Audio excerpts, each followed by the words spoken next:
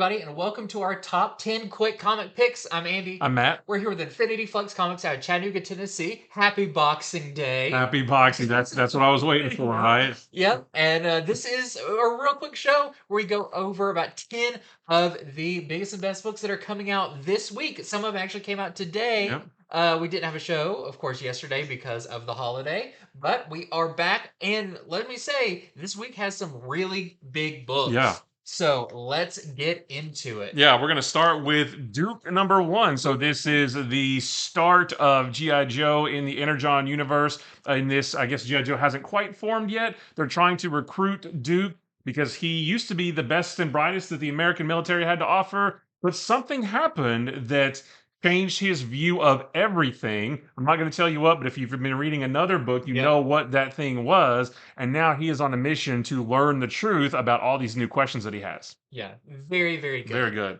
Next up, we've got Marvel's Timeless for 2023. And like all the Timeless books, this is a really cool story, but spattered in is some hints and teases for big things coming next year for Marvel. So, who are these characters on the cover? You got Luke Cage and Moon Knight, but not necessarily the versions you know. Really crazy story with even crazier little hints at stuff that I think a lot of people will be talking about. There's one with the Winter Soldier that, in particular, is nuts. That's crazy. So, yeah, definitely check out this Timeless if you're excited about the new year of Marvel. Next is Green Arrow number 7. Now, this is a number 7, but it kind of feels like a number 1 because this is Green Arrow's reintroduction back into just the regular DC universe after all of the time hopping and multiverse hopping in the first 6 issues. But he's surprised to learn that the Justice League has disbanded, so he'll go around to different members of the team to figure out, hey, what's going on? And then after he gets all that information, he sets his sights on finding Roy Harper and figuring out what is Amanda Waller up to. A lot of Amanda Waller this week because I've got Titans Beast World number 3 continuing this really great mini series. And this one's really cool because we start to learn maybe, when the characters get turned into animals, we thought they were just going wild, but maybe there's a thing that they're doing, or they've got maybe somebody behind the scenes pulling the strings. You have to read to find out. But once again, you see on the cover Amanda Waller up to no good. Yep. Next is Deadly Hands of Kung Fu Gang War number 1, just another of the tie-ins to the Gang War storyline. And in this one, Shang-Chi, the head of the Five Weapon Society, he's content to just let the gang war happen over there, and he's just going to make sure that the streets of Chinatown are protected. But when 2 different heads of 2 other families come calling, he's going to have to get into action. And I've got Action Comics Annual. This is the 2023 annual for Action Comics. But what's big about this? This wraps up the last, how many? 3 years, 3 I think, years yeah. of Action Comics before we go into its new format coming up soon. But this wraps up a lot of the stuff that involved World, involved Superman's new adoptive children. And you don't want to miss this one if you have been reading all of that, because this is the culmination of all of those storylines.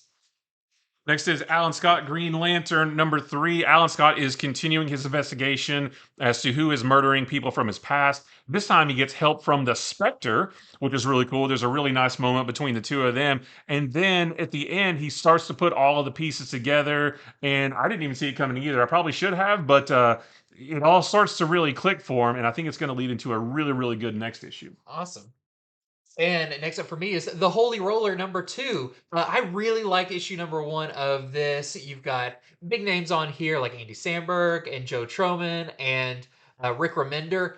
And after the events of the last issue, our main character, even though he was in self-defense using a bowling ball to fight off some bullies, looks like the town doesn't see that way, and they're all coming for him. So if you like number 1, you will like number 2 just as much, if not more. And last for me is Marvel Superhero Secret Wars Battleworld number 2.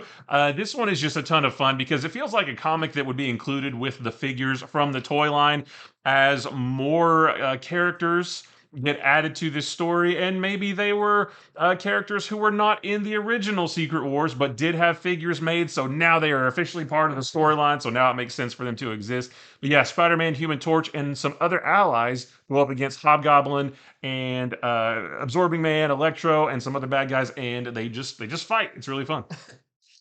And good news for World Tree fans, it is back this time with issue 6. So we're starting our second volume of World Tree. I don't want to give away too much about this one, but it does pick up after the big events of the previous issue from a few months ago. So if you're a fan of World Tree, don't miss out because it is back. And that is it for our top 10 quick comic picks. Thank you so much for watching. Remember to head over to infinityflux.net where you can order these books right now. You can pre-order upcoming books, all that fun stuff. And stay tuned for our longer video coming up where we'll be going over these comics, their variants, and much more coming up soon. So keep your eyes tuned to our YouTube page. Make sure to like, subscribe, do all that fun YouTube stuff. And until next time, See see ya. ya.